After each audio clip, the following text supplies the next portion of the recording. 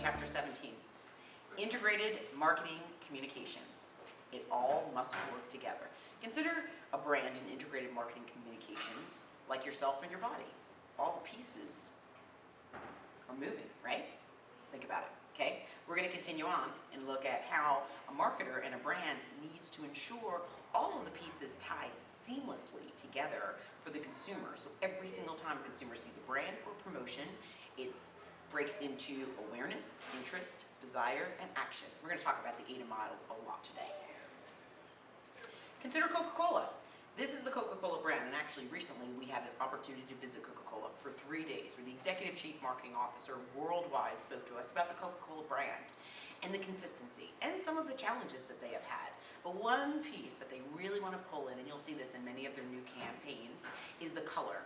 They want to identify with red as Coca-Cola, meaning happiness, meaning experiences, meaning taste the feeling. They're personifying this color. You're going to see a lot more of this, but this slide here is just an example of Coca-Cola internationally, and how you always will resemble that name, that font. That font has been pretty consistent for over 130 years. We went down into the Coca-Cola archives and found everything that they had to say in terms of providing that continuity and that overall look. And Coca-Cola in history has continued to be the core quintessential look, and therefore really gained historic brand marketing, as well as overall is the market share leader within the soda category.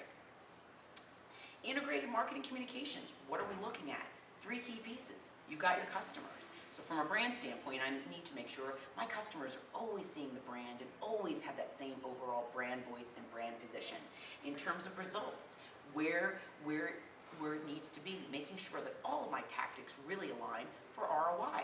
What piece is helping more? What's driving one over the other? That's really important to analyze to determine maybe I need to pull away from TV. TV is very costly, but and it's available for mass awareness, but it doesn't allow me to drill down to see actually products that are being purchased. There's not a tight ROI. These are things a lot of marketers consider. And of course, obviously, the communication channels. So your customers, your key results, how you're going to measure it, and what channels you're going to go through. This is integrated marketing communications.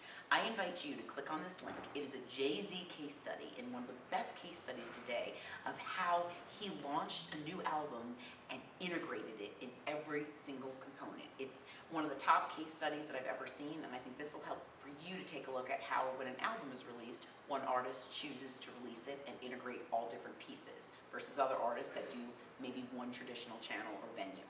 So considering communicating with consumers, the overall communication process, how do we look at it? So thinking about this, so let's say Coca-Cola wants to send a message.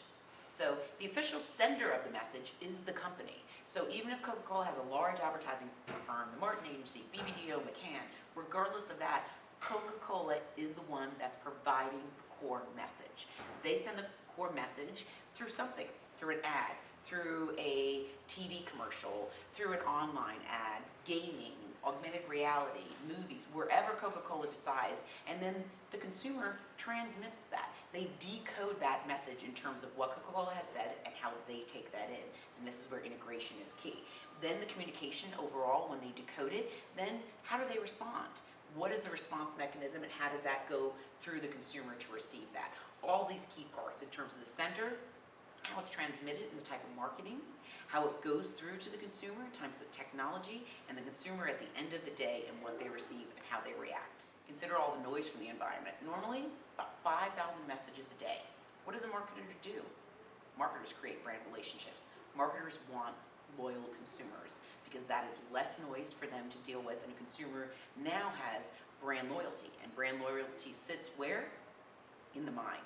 Not necessarily the heart, but in the mind in terms of core reasoning. So both mentally as well as a little emotionally tied to that brand. Think about any brand that you've utilized over time. Why are you loyal to it? Is it loyalty programs? Is it value? Is it the same product and the quality every single time? And are you also an influencer for that brand? Consider that when you're thinking about all this. And so looking at consumers and communication, thinking about all types of communication that come at us. So they say about 5,000 messages a day. So that's online, offline, walking, talking, every single thing. You may even want to do a little test yourself. How many messages a day are you seeing? How many brands are speaking to you? How many are really breaking through your stimuli? And how many are really making an impact? How many times did you have to see an ad in order to react? Was it based on when you needed it, with a certain message that really compelled you to react at that time? This is what marketers constantly do. Try to drill down, understand data, understand your profile to reach you the right message to the right consumer on the right platform, on the right frequency, and on the right time. Communication is key in terms of continuity with all brands. Decoding. How does the advertiser help to decode messages? Taking a look at this, how do you decode this as breakfast food and not lunch food? How do marketers develop different ads? The cup of coffee in the background, giving that overall an idea. Coffee represents morning time often. So understanding it, knowing that it's a little bit more of a pastry puff. Perhaps there's eggs in that pastry puff. Little hints along the way within an advertisement that this is a breakfast food versus a lunch food. Just little cues to the consumer. And once again, talking about the AIDA model, awareness, interest, desire, and action. So awareness. So when you think of it, and we've talked about this before in terms of affective, cognitive, and conative, right? Feeling, thinking, doing.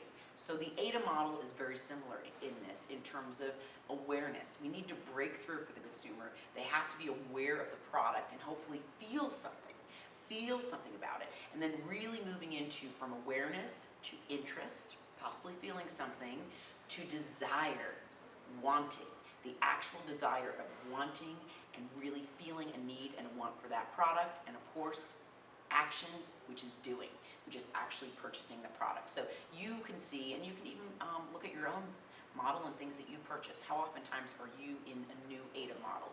Product you weren't aware of? Is it a new flavor of tea or cookies or a new clothing or trends? How do these hit your radar and how do they become relevant to you? The right message at the right time.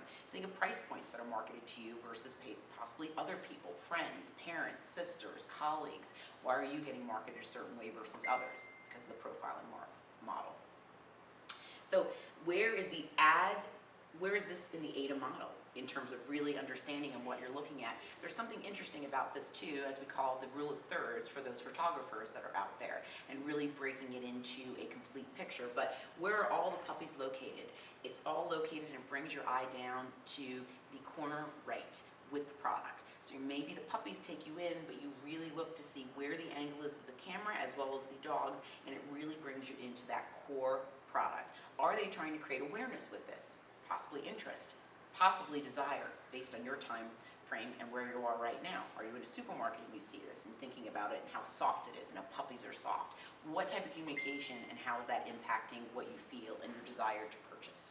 Awareness. So let's start right first. Centers must gain attention, obviously. And for those of you who remember Joe Camel or not, there was a study many years ago and found a majority of 3-year-old children were aware of Joe Camel because of the character nature.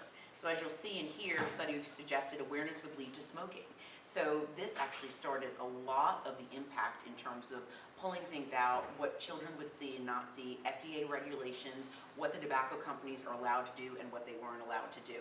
So translate to action. So understanding that children were looking at this, identifying with this character, and then discussing it, that could possibly lead to future action. So just this way in terms of awareness and who's becoming aware of products and is it the right message for that specific age sector. Interest. After awareness comes interest, or how do we persuade the consumer to really think about it? It's really not about trying to fit a round hole into a square peg. It's really to understand that consumer at that moment of need. But beforehand, if you've built a relationship with them and you really understand, so every time you send a communication, it's value, it's not spam. And marketing is about value at the end of the day and meeting people's needs at their core inception with that. So considering that, customer first want to investigate the product or service. So interest, how much information? Consider again the models, whether it's 4Ps or save. How much in terms of solution or value or education you're providing that consumer, as well as the access when they're ready to purchase it. Desire. I like it, I want it. Different desires for different products. Think about your POP, point of purchase. A lot of times those quick desire items, candy bars, etc., which are at the right front of the registers. Those are needs that are just overall beyond needs, desires, they're wants. They're immediate action based on a promotion, based on a need, versus other products that take a little bit longer for you to desire. Could be based on need. You may not desire to have a life insurance policy, but after a point in life, you may feel the need to have it and you want it as well. So considering those two pieces. Action, clearly, where the action is. And looking at it from, can IMC ask consumers to take away? So how does integrated marketing communications lock in that sale, and how does the report back to go back to results and return on investment? And the laggard effect. So we have to allow for this as well. So in product development, as we've talked about, the first ones are who? Innovators, not early adopters, innovators. But there is a point when laggards come in and do start purchasing a product. So for a marketer, in terms of looking at their overall model, and as you remember, the bell-shaped curve, but innovators do not represent the bulk of the purchase. The bulk of the purchase sometimes could be possibly mainstream or could be laggards when they're just learning about the product and it's that time of need. They might want to see the product and see how it works out, kinks in the marketplace. So when Apple Watch came out, a lot of people didn't purchase it at first. Two key areas: one, the price point, $500, and number two, people knew there were some issues with it. So wait till the product worked out some of the kinks within the consumers, and wait till the next version of Apple 5.0 watch comes out, and that may showcase to you when your bigger consumers come about. So elements of an integrated marketing communication strategy, looking at all of these: interactive, offline, passive, as well as online. Keeping all of these key pieces. So when we say integrated marketing, we're not just talking about all the promotionals, but consider personal selling. Your sales reps, are they saying the same things that marketers say? So think about it, when an Apple store, everything you've seen about Apple, as well as commercials, and go online, how does the Apple store, when you walk into that store, meet and integrate everything you know at that true moment? Training, it's essential. Same thing with Walt Disney. When you look over at any of the Walt Disney products, or what they stand for, entertaining families, when you go into the parks, that same energy and that same brand voice shines through. So all of these components, whether it's interactive, offline, online, or passive, are all trying to integrate for the core brand back to the consumer so that brand voice stays consistent. And advertising, clearly, one of the most visible elements, is extremely effective at creating awareness, need, interest. Whether it's mass advertising for a new product or a new version, or it's targeted advertising or micro-targeting, which we'll go through, which the beauty of online allows us to do. PR, clearly. Free media, not really, but some, in terms of if your product gains enough awareness, all of a sudden press will start picking up on it. And then if there's online, there's earned media based on what your brand is doing online and how much media it gains. There's paid media, there's organic. So thinking about all that and what you can achieve online. Sales promotions, personal selling, looking at sales reps, looking at all of these different components. Direct marketing, whether it's direct marketing in your mailbox or direct marketing, e-marketing, and things that come through to you, things that you like, or if you order one magazine, do you get a different magazine of the same type of venue? Maybe it's clothing, and another clothing company similar, but a different company now also has your name as a target. Or email, when you purchase one product, let's say for skiing, but all of a sudden boot companies, ski boot companies, and other types of resorts start reaching out to you because now you've been profiled as a skier. All of this comes into play, and all of these are promotions integrating. So when you react to one promotion, it's tying in, but it's also profiling you to see what type of other companies possibly could market to you based on your needs and what information you've given out there.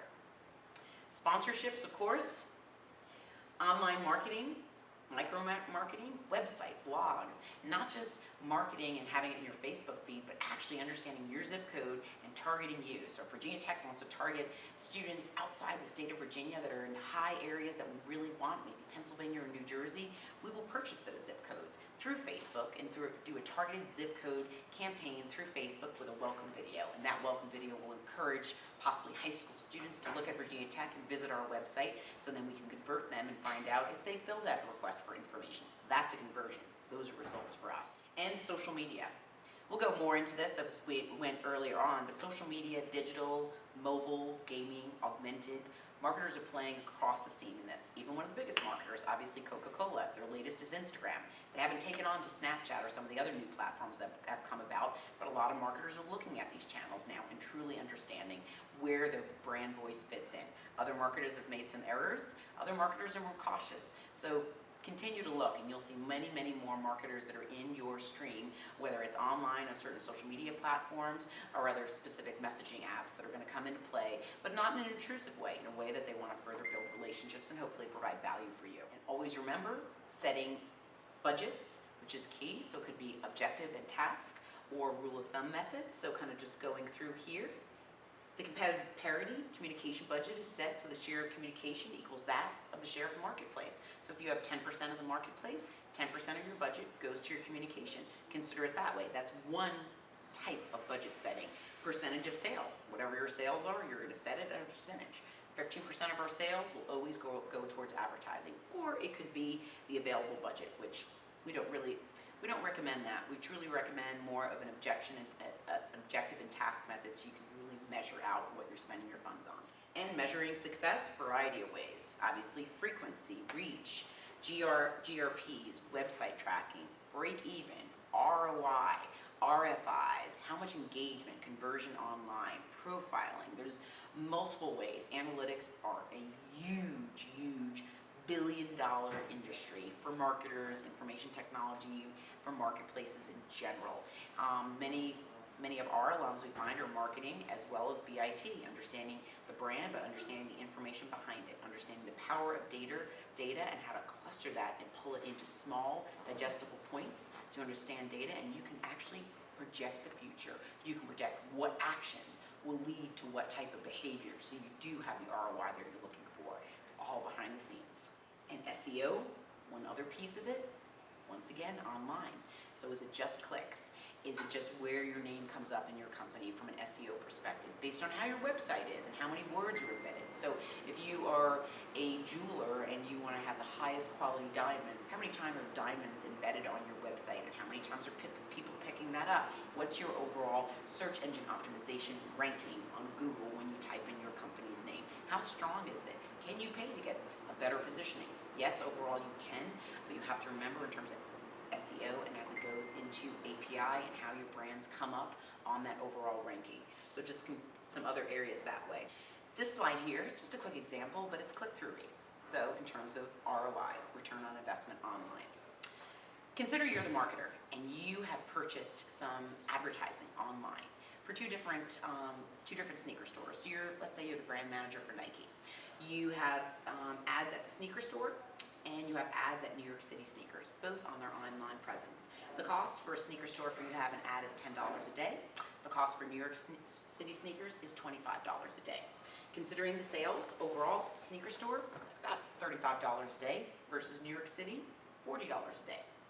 Sales revenue, $25 from every one of those $35 sales goes to you in terms of your overall revenue. And from New York Sneakers, 15 of that 40 goes to you. So when you look at the ROI, you've got 250% versus 60%. And if you just looked at the cost column, you'd think, the cost column of $10 per day versus $25 per day, am I getting a better deal one versus the other? But you have to look at all of them. The ROI in column 6 is higher for Sneaker Store due to its lower cost, even though the sales were a bit lower. So even though Sneaker Store overall had lower costs, the cost to actually advertise with Sneaker Store was incredibly lower, and therefore the ROI was higher. So there's a little analysis for you there, just a very quick one to kind of take through. And then looking at how IMC goals tie in with results. So looking at it before campaign, during campaign, as well as after, before campaign, 6 months after, and 1 year after. How you analyze the AIDA model, the awareness, the interest, the desire. Also looking overall in terms of the knowledge about a product, the attitude about it, and the visit, the actual action. So all of these are key pieces. Please look over this slide in depth. And thank you for joining me today. And remember, we have one last chapter, chapter 19, to go through. For those of you online, we will continue to provide other resources, and we'll see you next time.